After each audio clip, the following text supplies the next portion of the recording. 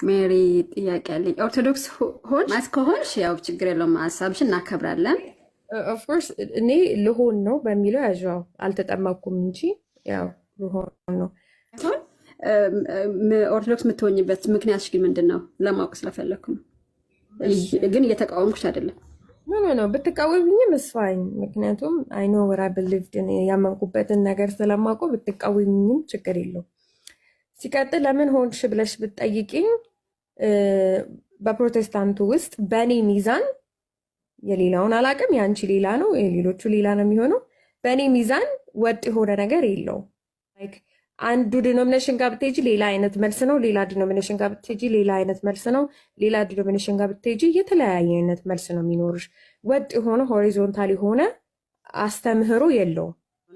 ምሳሌ አንሽልኝ ከድነት ጋር የሚያያዘውን ነገር እስኪ በዚህ ለምሳሌ በሳክራመንትም ዙሪያ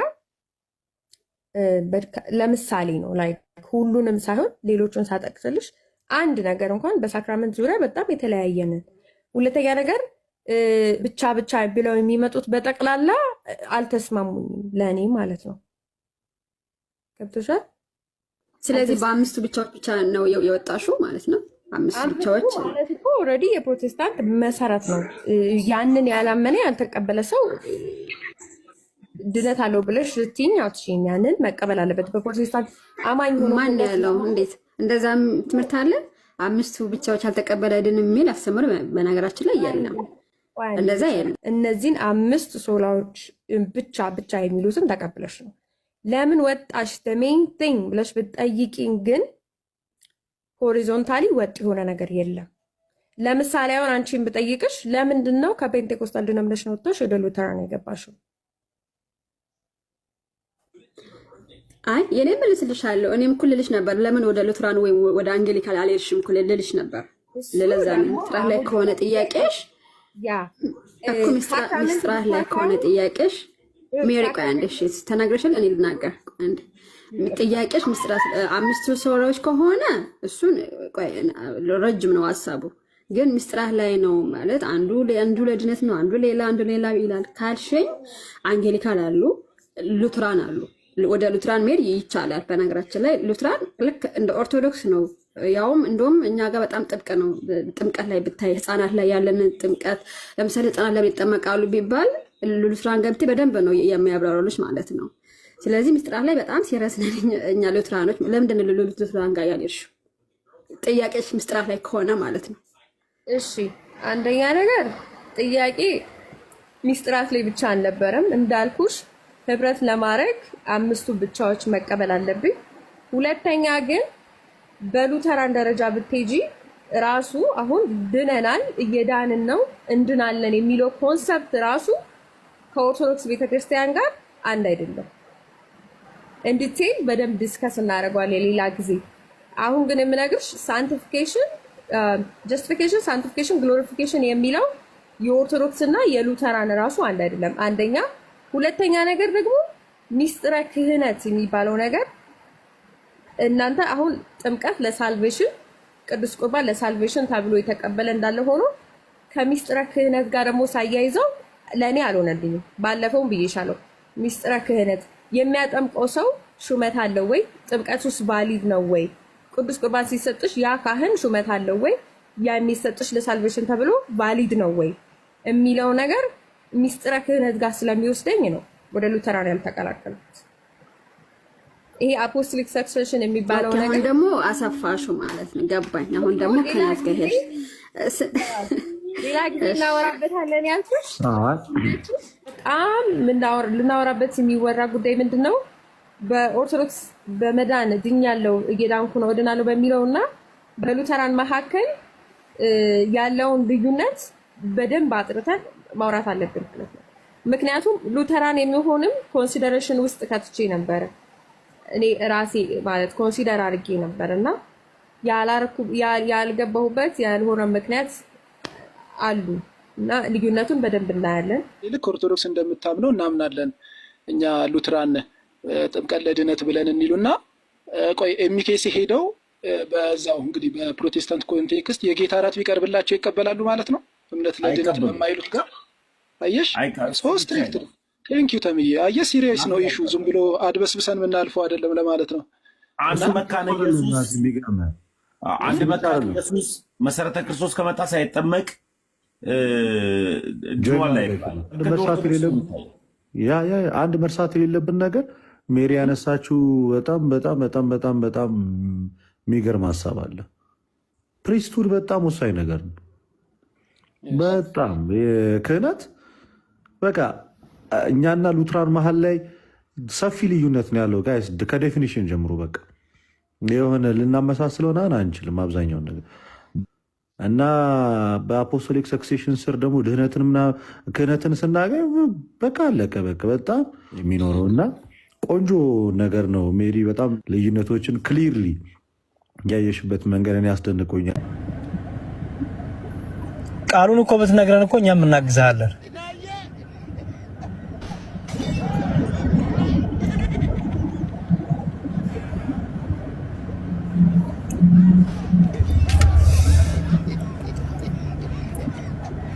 እሺ እዚህ ያላችሁ ክርስቲያኖች 338 ሰዎች ክርስቲያኖችም ሆነ ሙስሊሞች አላችሁ እንደሚታየኝ ተመልሳል። ጥሩ እሺ ቃሉን ንገረን። የተበረዘው እየወጣው እኮ ነው አውጣልኝ ብለኸኝ የለ እየጠበቅኩ እኮ ነው።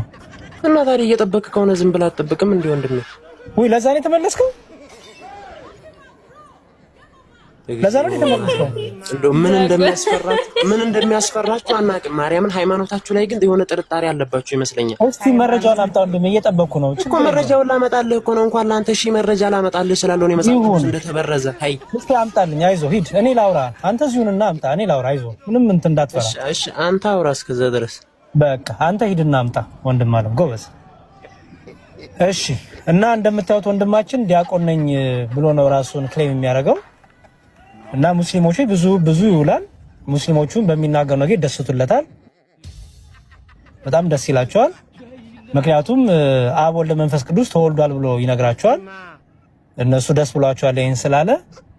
መጽሐፍ ቅዱስ ተበርዟል ብሏቸዋል፣ ደስ ብሏቸዋል ይሄን ስላለ። ስለዚህ በጣም ብዙ ፎሎወሮቹ ሙስሊሞች ናቸው።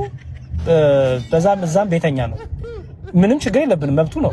አትሳሳት እንጂ እኔ ፎሎወርስ የለኝም፣ ምንም ፎሎወርስ የለኝም። ብራዘር እያወጣሁኝ ነው፣ ግን አትሳሳት። እኔ ፎሎወርስ የለኝም ከነ ብራዘር አልፈልገውም። አንተ አምጣ የኔ ፍቅር ጊዜ እኮ እየሰጠሁት አንተ ማስረጃ አንፈልግ። ባለህበት ስለሆነ እየነገርኩ ያለሁት ስትመለስ ትደርስበታለህ። በሌለበት አልተናገርኩም። ስለዚህ ክርስቲያኖች እንድታውቁ ያስፈልጋል። የሆነ ነገር ጥምጣም አድርጎ ወይ ደግሞ የሆነ ቤተክርስቲያን መገለጫ አድርጎ ዲያቆን ነኝ፣ ቄስ ነኝ፣ ጠገኔ ነኝ ያለ ሁሉ ቤተክርስቲያንን አይወክልም። ቤተክርስቲያንን ሊወክል የሚችለው የቤተክርስቲያንን ትምህርት የሚያስተምር ሰው ብቻ ነው። የቤተክርስቲያንን የሚዘርፈው ነው ታዲያ ቤተክርስቲያንን የሚወክለው? መረጃን አምጣው እንደማይዘው ቤተክርስቲያን ዘራፊ ነው ታዲያ። መረጃ ችግር የለውም። መረጃ እንዳንተ አይነቱ እኮ ናቸው ቤተክርስቲያን የሚዘርፏት። ስለዚህ አሁን መረጃን አምጣ። መረጃን እየጠበቅን ነው። እኛኔ ስንቱን ዘርፈህ ወደ ቤተ ችግር የለውም፣ ምንም ችግር የለውም። መረጃን አምጣው እንደም ይሁን ችግር የለውም። እኔ እንዳታላቀረበሩ የእንዳውን ህዝብ አሰቃይታችሁ ዘርፋችሁታል ነው። ቤተክርስቲያንን ዘርፋችሁታል። ማርያምን መረጃ አምጣ። መረጃውን ተወሱ ሂዶ እንደም ተይው ትንሽ አይቆይ። መረጃን አምጣ። እኔ እስከዛ ማርያምን አልተዋችሁም መቼም። መረጃ እርግጠኛ ሆነ መናገር የምችለው ነገር አለቅሽ። ወንድሜ መረጃውን አምጣ ፕሊዝ። መረጃውን አምጣ። ውጣና ገና በኔ ጉዳይ አጀንዳችሁ ነው የምሆነው። ስማ ዲያቆን ከፈለገ አጀንዳችሁ ነው የምሆነው። እሺ ከፈለክ መጥተህ ደብድበን ችግር የለም። አሁን በእኔ ምክንያት ስብሰባ ነው የምትቀመጡት። ስብሰባ መረጃ ችግር የለም። በጣም ባይዘው ለጨዋ ሰው ስብሰባ እንቀመጥ፣ ለባለጌ ሰው ለውሸታም ሰው ስብሰባ እንቀመጥ እንጂ ማርያምን እኔ ዲቁና ካርዲና አሳይቼ ላሳፍርህ እችላለሁ። አሳየን ፕሊዝ። እንደው ክርስቶስን ላሳፍርህ እችላለሁ፣ ግን ራሴ ላይ ችግር መፍጠር ስለማልፈልግ ነው። ተረዳኸኝ? አሳየን እናሳፍረን። አሁን ስማ እንዳንተ አይነት እሺ። ስለዚህ ኢየሱስ ክርስቶስ በስጋው ብቻ ነው የሞተው ማለት ነው። አምላክነቱ አልሞተም። አምላክነት ሊሞት አይችልም። አምላክነት እኮ ባህሪ ነው። በስጋው እኮ እያልን የምንናገረው ለዛ ነው። በስጋው የስጋን ባህሪ ገንዘብ ስላደረገ ያ ኢመዋቴ የነበረው መዋቴ የሆነ እያልን የምንናገረው ለዛ ነው። ባይዘው አምላክነትማ በባህሪ ፍጹም ሰውና ፍጹም አምላክ ሲባል ፍጹም የሆነ ነገር ያው ታውቃለህ፣ የሆነ ለምሳሌ አንተ ፍጹም ነህ፣ ፍጹም ውስጥ ደግሞ ሌላ ፍጹም አይገባም። ፍጹም ሰው ከተባለ ፍጹም ሰው ብቻ ነው ሊሆን የሚችለው። ፍጹም አምላክ ከተባለ ደግሞ ፍጹም አምላክ ብቻ ነው ሊሆን የሚችለው እና ይሄ ሁለቱ ነገር እንዴት አንድ ልታደርጉ ቻላችሁ? ለምሳሌ ሰውም ነው አምላክም ነው፣ በሰውኛም ፍጹም ነው በአምላክነቱም ፍጹም ነው ማለት ይቻላል? እንዴት? ምን ማለት መሰለሽ፣ ሁለት አካላትን እያልን አይደለም። አሁንም አካል የሚለው ነገር ላይ በደንብ ጆሮ ሰጣችሁ ስሙ። ኦኬ፣ ከአካል አንጻር ስናወራ የቃል አካል ነው። እኔ ባይነቱ የቃል እኔ ባይነት ነው። ያ የቃል እኔ ብሎ የሚናገረው ኦኬ፣ ከአብ ጋር የነበረው ከመጀመሪያው የነበረው ያ የህይወት ቃል ብሎ ዮሐንስ 1 ዮሐንስ መልእክት ምዕራፍ 1 ላይ እንደሚናገረው ያ እኔ ባይ የነበረው ቃል ነው ስጋን ገንዘብ ያደረገው።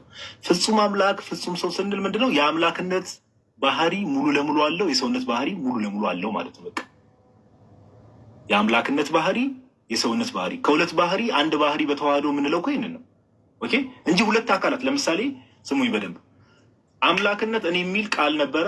ስጋም ደግሞ እንደው ከተዋህዶ በፊት እኔ ብሎ ስጋ ይኖር ነበረ። ሁለቱ የሆኑ ሁለት የተለያዩ ሰዎች እንዲህ እንደዛ ማለታችን አይደለም። ፍጹም አምላክ ፍጹም ሰው ብለን ስንናገር የዳዊት ስርና ዘር ነኝ ብሎ ጌታ እንደተናገረው ማለት ነው። የዳዊት ስርና ዘር ነኝ ብሎ ራእይ ላይ ተናግሯል። ለምሳሌ ጌታችን ኢየሱስ የዳዊት ስር ነኝ ብሎ ሲናገር ኦኬ፣ ዳዊትን ያስገኘው አምላክ እንደመሆኑ ዳዊትን ያስገኘው የፈጠረው እሱ እንደመሆኑ፣ የዳዊት ዘር ነኝ ብሎ ሲናገር ደግሞ በስጋ ያ የነሳው ስጋ ከድንግል ማርያም የነሳው ስጋ በዳዊት የዘር ሐረግ የመጣ ስለሆነ የዳዊት ልጅ ተብሎ ሲጠራ እንመለከታለን። ስለዚህ ፍጹም አምላክ ፍጹም ሰው ስንል የአምላክነት ባህሪ አለ፣ የሰውነት ባህሪም አለ። የአምላክነት ባህሪ ወደ ሰውነት ባህሪ ሳይለወጥ የአምላክነትም የሰውነትን ባህሪ ያለመጠፋፋት፣ ያለመደበላለቅ፣ ያለመቀላቀል በተዋህዶ በተአቅቦ አንድ ሆኗል ብለን እየተናገርን ነው። ፍጹም አምላክ ፍጹም ሰው ማለት ይሄ ነው። ኦኬ፣ እንጂ ሁለት አካላት ለምሳሌ እኔ ጋዲሳ ለምሳሌ አንድ ፐርሰን ነኝ፣ አያት እዚህ ጋር አለች፣ እሷም አንድ ፐርሰን ናት፣ አንድ ሰው ናት። ሁለታችን እንደው ተጨፍልቀን አንድ ሆንን እያልን አይደለም፣ እንደዛ አይደለም። እኔና አያት ለምሳሌ ሁለት የተለያዩ አካላት ነን። እኔ ማለት የምንችል ሁለት የተለያየን አካላት ነን። ተጨፍልቆ አንድ ሆነ እያልን አይደለም። በክርስቶስ ኢየሱስ ግን ለጌታችን ለኢየሱስ ስንናገር እኔነት የማን ነው? የቃል ነው።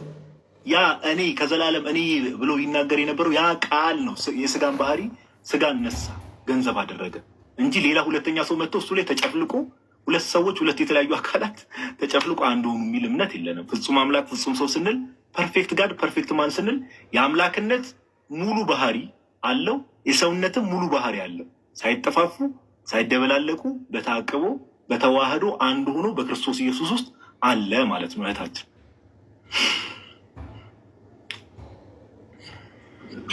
እሺ፣ የዘሌዋውያን ላይ ደግሞ አንድ ጥያቄ አሁን ገብቶሻል? አዎ ገብቶኛል። ለማይጠቅመው ለምን እንደሆነ ታውቃለህ?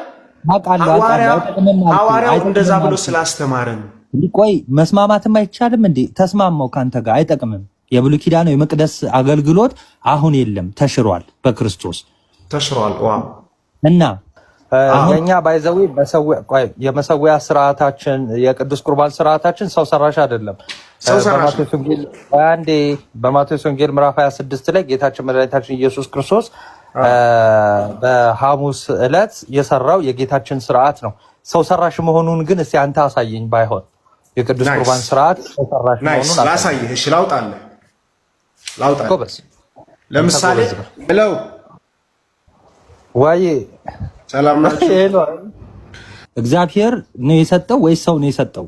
እግዚአብሔር ነው የማንቀበለው ሰው ሰራሽ ስርዓት ስለሆነ፣ ሰው ሰራሽ ስርዓት ደግሞ በክርስቶስ በመጋረጃው በደሙ ተቀዶ ስላለፈ ብሉይ ኪዳን ስለሆነ አንቀበለውም።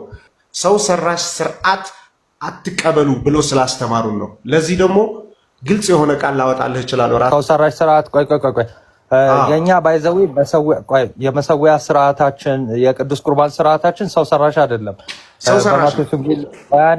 በማቴዎስ ወንጌል ምዕራፍ 26 ላይ ጌታችን መድኃኒታችን ኢየሱስ ክርስቶስ በሐሙስ ዕለት የሰራው የጌታችን ስርዓት ነው።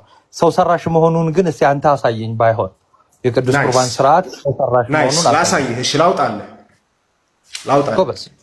ለምሳሌ አንዱ ለምሳሌ በብሉይ ኪዳን የነበሩ ሰው ሰራሾች እኔ በብሉይ ኪዳን አላልኩም። ግርዛት አንድ ያስጨርሰኛ ላውራ። ለምንድን ነው አንተ ብቻ የምታወራው? ግርዛትም ሰው ሰራሽ ነው እያልከን ነው ወንድም አለ። ግርዛትም ሰው ሰራሽ ነው። ላነብልህ ነው። አንተ ተገርዛሃል። ቆይ ተገርዛሃል። እሱ አይመለከትህም። አይ ተገርዘሃል አልተገረዝክም መልስልን። ግዝረትን የሰጠው ማን እንደሆነ እኔ ያሳያለሁ። ሰው ሰራሽ ነገር አይቀበልም፣ አይገረዝም። ሰው ሰራሽ ነገር አይቀበልም ማለት ነው አይደለ? ቆይ በብሉይ ኪዳን የማስራት ነው ይሄ ስርዓት የእግዚአብሔር ነው። ስለዚህ ሰው ሰራሽ ለምን አልከው? ቆይ ልንገርህ፣ እግዚአብሔር ከሰዎች ጋር በዛ ሰዓት የሚገናኘው ክርስቶስ መስቀል ላይ ከማደሩ በፊት በሰው ሰራሽ ስርዓት ስለሆነ። አይ ግዝረቱ የማስራት ነው አልኩ። እግዚአብሔርን የሰጠው አልከኝ አይደለ? ግን እግዚአብሔር በብሉይ ኪዳን በሰው ሰራሽ ስርዓት ነበር በብሉይ ኪዳን የሚገናኘው። አዲስ ኪዳን ግን በመንፈስ ነው የሚገናኘው ከኛ ጋር። ኧረ እኔ እግዚአብሔር በብዶ የሚገናኘው አላልኩም። እግዚአብሔር ነው የሰጠው ወይስ ሰው ነው የሰጠው? ይሄንን ስራ እግዚአብሔር ነው የሰጠው። እግዚአብሔር ነው የሰጠው። ለምን ሰው ሰራሽ አልከው?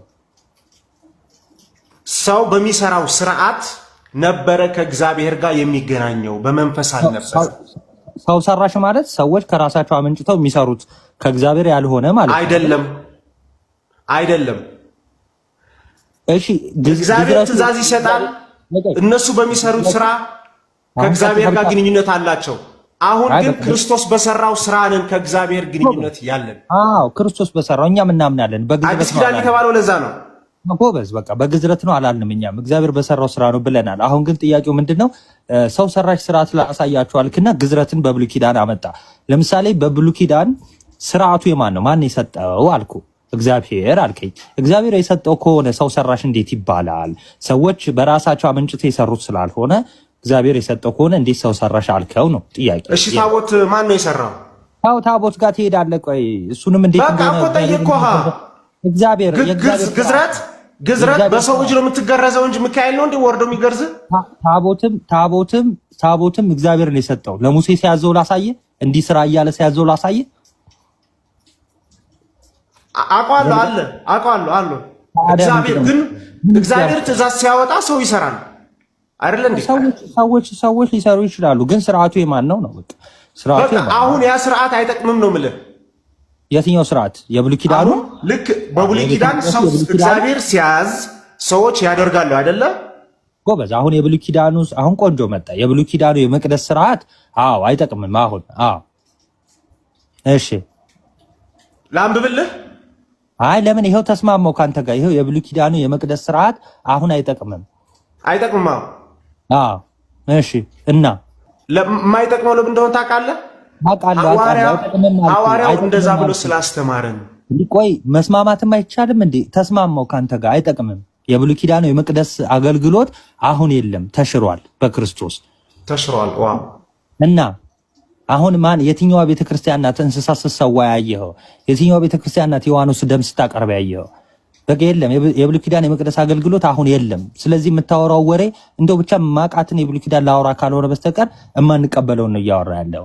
አሁን እኛ የምናገለግለው አሁን በክርስቶስ ካገኘን በኋላ መዳንን ካገኘን በኋላ ያለ አገልግሎት ነው። ሐዋርያ ቅዱስ ጳውሎስ መሰዊያ ያለን ሲል የብሉይ ኪዳኑ መሰዊያ ሰው ሰራሽማ የምትቀበሉት እናንተ ናችሁ። ኦርቶዶክስ ለምሳሌ ታቦት ሲያልፍ ትሰግዳላችሁ። ለእግዚአብሔር እንሰግዳለን። ምን ነው ለታቦት ነው የምትሰግዱት?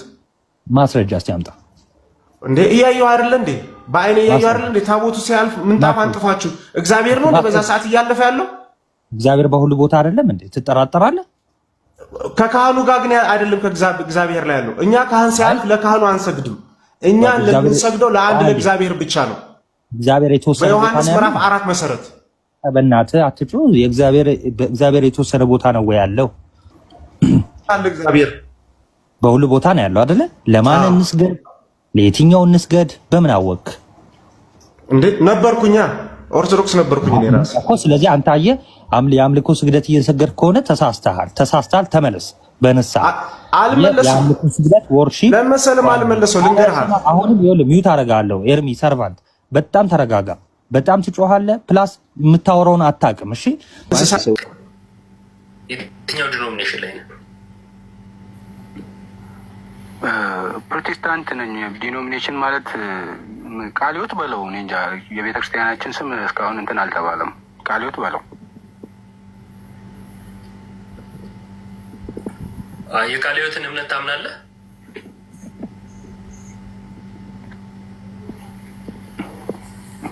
አምናለሁ። እሺ የቃለ ሕይወት እምነት መጽሐፍ ቅዱሳዊ ነው ብለህ ታምናለህ? የቸርቿ ማለት ነው። አዎ መጽሐፍ ቅዱሳዊ ነው ብዬ አምናለሁ። የመካነ ኢየሱስስ?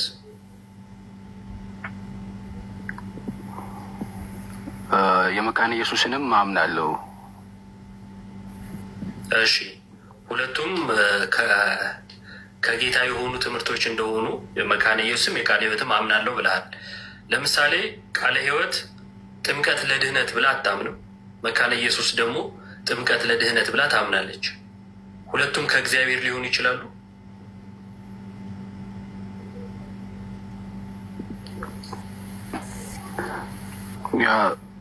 እኔ በበኩሌ ጥምቀት ለድህነት ብዬ አምናለሁ። ግን ቃለ ሕይወት እንደዛ ብላ ማመኗ ያን ያህል መሰረታዊ የሆነ ችግር ይፈጥርባታል ብዬ አላስብም። መጽሐፍ ቅዱሳዊ አያደርጋትም አይደለም። ምክንያቱም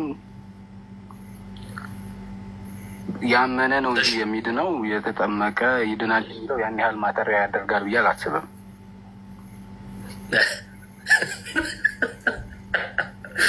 ይቅርታ በጣም እንደ መጽሐፉን ራስህ ስለ ጻፍክብኝ ነው አሁን በመላስ ጻፍከው፣ ለዛ ነው ሶሪ። እሺ ችግር የለውም ማልክና አንተ ግን ቃለ ሕይወት ነህ የምታምነው ግን ልክ እንደ መካነ ኢየሱስ ነው። ጥምቀት ለድነት ብዬ አምናለሁ። ቃለ ሕይወት ጥምቀት ለድነት አለማለቷ ችግር የለውም ማለት ከዛን እምነት ነው እንጂ የሚያድነው መጠመቅ ያን ያህል ችግር የለውም ማለት። ጌታ ኢየሱስ ክርስቶስ ግን ያመነ የተጠመቀም ይድናል አለ። ያመነ እና የተጠመቀ ማለት ነው። የሚድነው ማን ነው አለ ፍሬዘር ጌታ። ያመነ የተጠመቀ ይድናል። እኔ እሱን አምናለሁ እኮ ያመነ የተጠመቀ ይድናል። ጥምቀት ያድናል ብዬ አምናለሁኝ። አያድንም የሚለው የሐዋርያቱ ትምህርት ሊሆን ይችላል።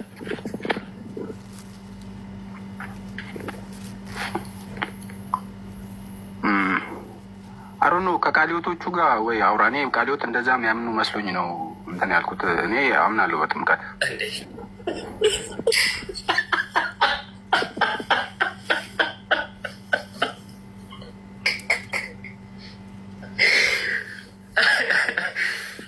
ቃለ ሕይወት ነኝ ብለህ ከዛ ከቃለ ሕይወቶቹ ጋር አውራ፣ ደስ ይላል። አስቀድሞ ምን አይነት እምነት እንደምታምን ራስን ታዘቡ። ቆይ አንዴ ፍሬዘር፣ ራስን እንድትታዘበው ነው ጊዜ የምንሰጥ ለራስ እንትን እንድትለው እንድታስበው ማለት ነው።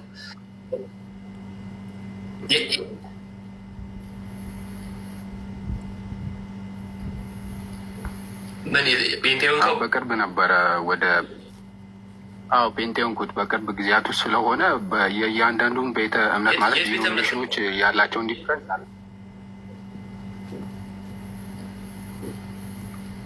እኔ ያለሁበት አሁን ለምሳሌ ኤርቦሬ ነው ያለሁት እና ኤርቦሬ ላይ አዲስ ቤተክርስቲያን ተቋቁሞ ስም እንኳን እና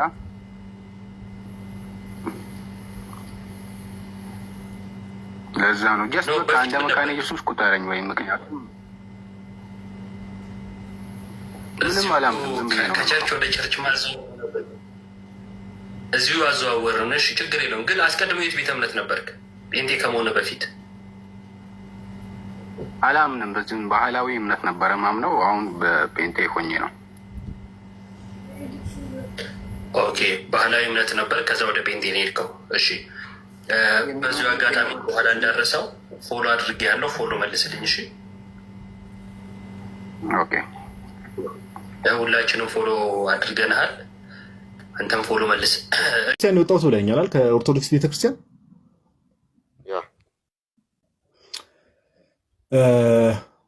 የኦርቶዶክስ አምስቱ አዕማደ ምስጢራትን ንገረኝ። ቆይ እዚህ ላይ ከመግባታችን በፊት እንገባለን። የቤቱ ባለቤት እኔ ነኝ። መሄድ በፈለግኩበት አቅጣጫ ሄዳለሁ። አምስቱ አዕማደ ምስጢራትን ንገረኝ የቤተክርስቲያን። እኔ ይህም ያክል በደንብ ዲፕ አልገባሁበትም እንትኑ ላይ አምስቱ አዕማደ ምስጢራትን ሳታውቅ ነው ከኦርቶዶክስ የወጣኸው?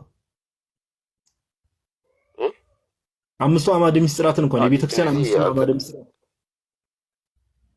ዲፕ እንደዚህ በደንብ አልገባሁበትም። ዲፕ አይደለም ይሄ ከላይ ነው፣ ከላይ የተንሳፈፈው ነው ብራዘር። ዲፕ አይባልም ይሄ አምስቱ አዕማደ ምስጢራት ገና ማለት እንደዚህ ዲፕ አይደለም። ዲፕ እያልክ ሌላ ቃል አትስተው።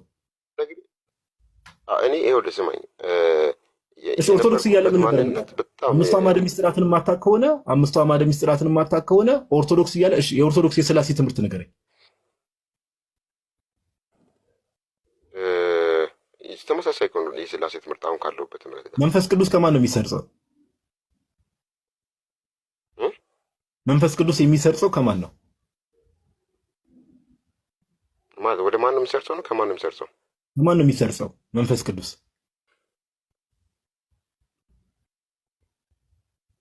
ከአብ ነው። ፕሮቴስታንቱ ዓለም ላይ ያለው ትምህርት መንፈስ ቅዱስ ከአብና ከወልድ ነው የሚሰርጸው ነው አይደል? የፕሮቴስታንቱ ትምህርት ነው። አይደለም አላውቅም ከሆነ ስለዚህ የነበርክበትንም አሁን አንተ ችግሩ ምንድነው? የነበርክበትንም አታውቅም፣ የሄድክበትንም አታውቅም። አሁን መሀል ላይ እኮ እኛ ግራ የገባን እሱ ነው። የነበርክበትንም አታውቅም፣ የፕሮቴስታንቱን ትምህርት እኔ እየነገርኩህ ፕሮቴስታንት አንተ ነህ። የፕሮቴስታንቱን ትምህርት የምነግርህ እኔ ነኝ። ጭራሽ ደግሞ ለአገልግሎት ነው ቃለ ሕይወት የሄድኩት ትለኛለህ። አገልጋይ ነኝ ትለኛለህ። ስማኝ ቴዎሎጂካል እኮ ነው የጠየቀኛል። ምንም ቴዎሎጂ አይደለም፣ መጽሐፍ ቅዱስ ላይ ያለ ነገር ነው። መጽሐፍ ቅዱስ ላይ ያለ ነገር ነው። እሺ እንትን በል አባታችን ነው ይበልልህ፣ አባታችን ነው ይበልልህ ጸሎት። እያንዳንዱ ነገር አንተ ያልከኝ ከሁሉ ነገር እንትን ማለት አይ አባታችን ነው ይበልልህ። እንዴ ኦርቶዶክስ አምስቱ አዕማደ ምስጢራትን አታውቅም? ኦርቶዶክስ ነበርኩ አልከኝ። አባታችን ነው ይበልልህ። ለምንድን ነው የምልልህ? የኔን እውቀት ልፈትሽ ነው ማለት ችግር የለውም። ኦርቶዶክስ ነበርኩ ብሏል። አባታችን ነው ይበልልህ። እሱን ማለቴ ምንም አባታችን ነው ካላልክ አትቀጥልም። ወይ ትወርዳለህ ወይ ደግሞ አባታችን ነው ትላለህ። ምረጥ። አባታችን ነው ይበልልህ። ጸሎት ይሆናል አንተ እሱ ጸሎት እዚህ ሶሻል ሚዲያ ላይ ወጥቼ ለአንተ ጥያቄ ስለጠየቅልኝ ጸሎት አይሆንልኝ። አባታችን ነው ትችላለህ። አትችልም። ሌላ ሀሳብ ታነሳ እማትችል ከሆነ እንቀጥል። ድብን አድርጌ እችላለሁ።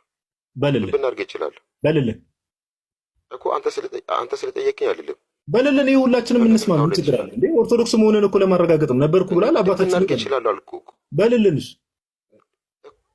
እንዴ ኦርቶዶክስ ይሄን እኮ የቻልኩት እንደው ጭራሽ ኦርቶዶክስ ሆኜ አይደለም እዚህ ከመጣሁ በኋላ ነው የቻልኩት። የሚገርም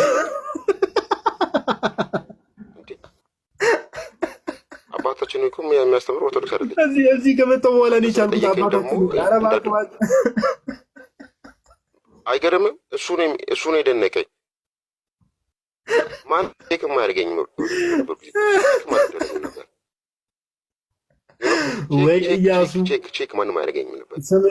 ስምን መላክ ያወጣዋል አሉ። አሁን አባታችሁ ነው ይተናካተለ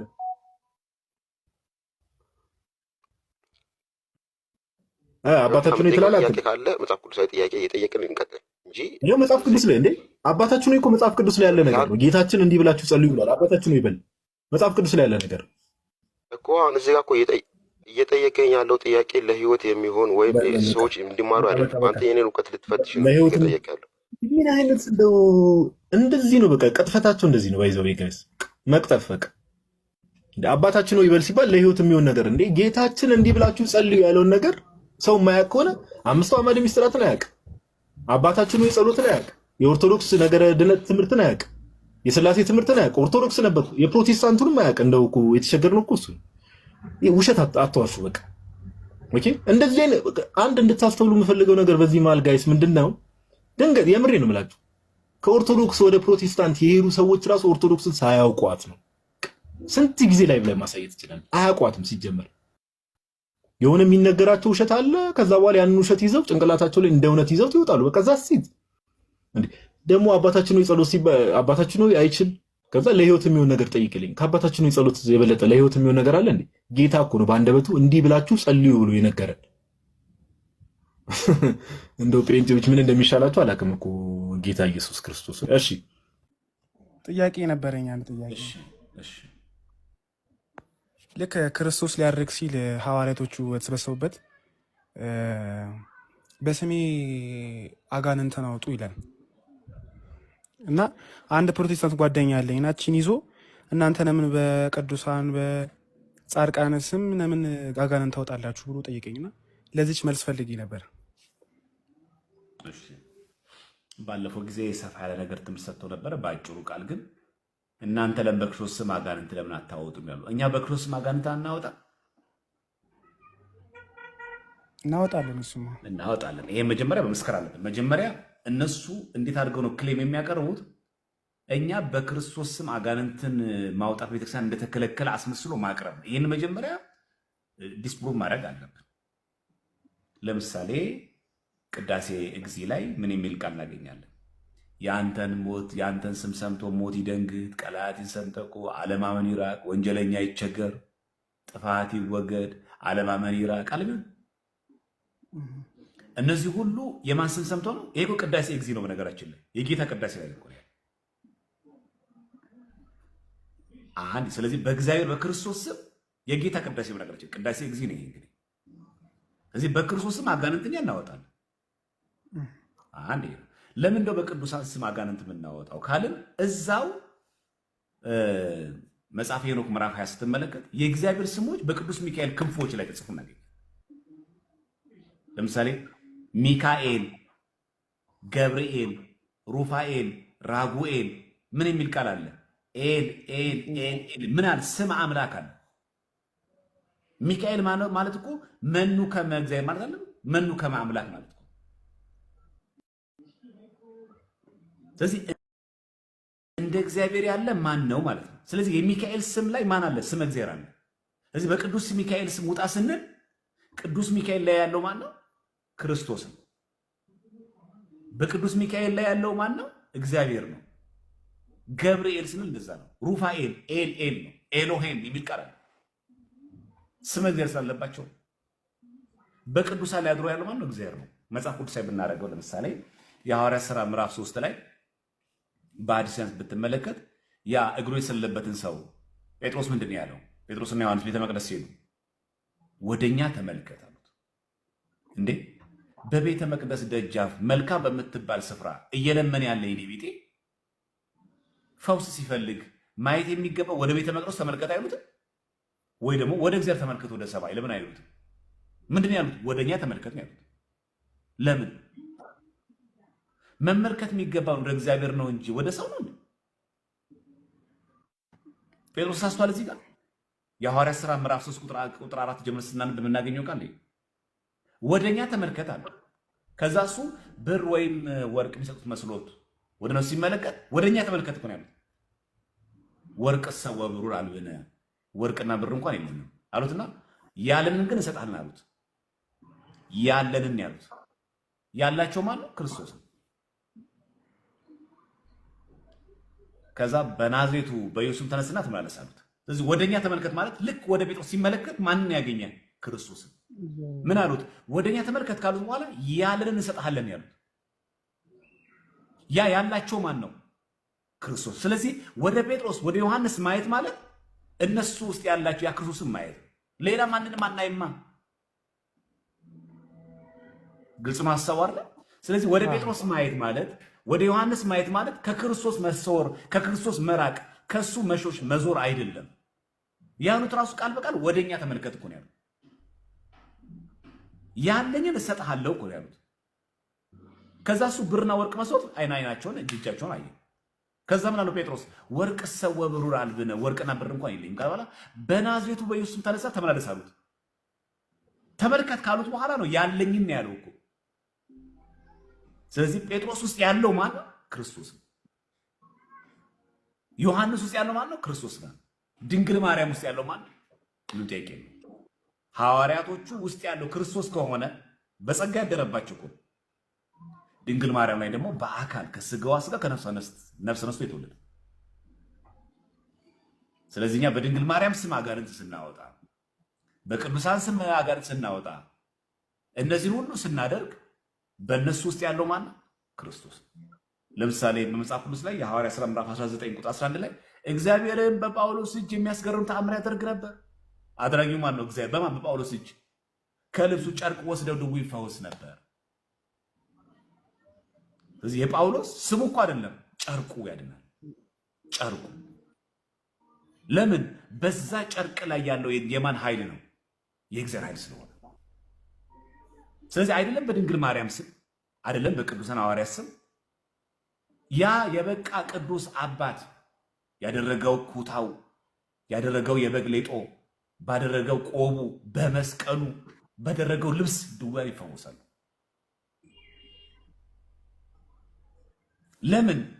በዛ በእነሱ ላይ የሚያድረው ማን ነው? እግዚአብሔር ሲሆን እዚህ ባጭሩ ከጳውሎስ ከልብሱ ጨርቅ አልወሰደም። እንደውም የሐዋርያት ሥራ ምዕራፍ 5:15 ላይ ደግሞ በጥላ ምን ማለት ነው? የነፍሳቸው ቅድስና ለስጋቸው፣ የስጋቸው ለአካላቸው፣ የአካላቸው ለልብሳቸው፣ የልብሳቸው ለጥላቸው ተረፈ። የሚገርም ቅድስና እንዴ! እዚህ ብለን በአንጻር እንኳን ተመልከተው። የነፍስ ቅድስና ለስጋ፣ የስጋ ለአካል፣ የአካሉ ተርፎ ደግሞ ለጥላ። ስለዚህ ቅዱሳን ሰዎች የሚያደርጉት ቅድስና የጥላቸው እኮ ነው የፈወሰው። መጽሐፍ ቅዱስ የሚናገረው ጥላቸው ፈወሰ ነው የሚለዋል። ስለዚህ ጥላቸው ፈወሰ ሲባል ስማቸው እኮ አይደለም፣ ጥላቸው። መቼም ከስምና ከጥላ የትኛው ይከብራል? ምንም ጥያቄ ነው ማለት በቃ። ስለዚህ ክቡር ስማቸውን አለ የሚከብረው ማርያም ከሚለው ሰው ጥላ እኮ ማለት እኮ ከአካል በኋላ የሚመጣ ነገር ማለት ቋሚነት የለውም፣ ህልውና የለውም። አካል መኖሩ የሚመጣ ነው ጥላ ማለት። በጥላቸው ግን ይፈወስ ነው።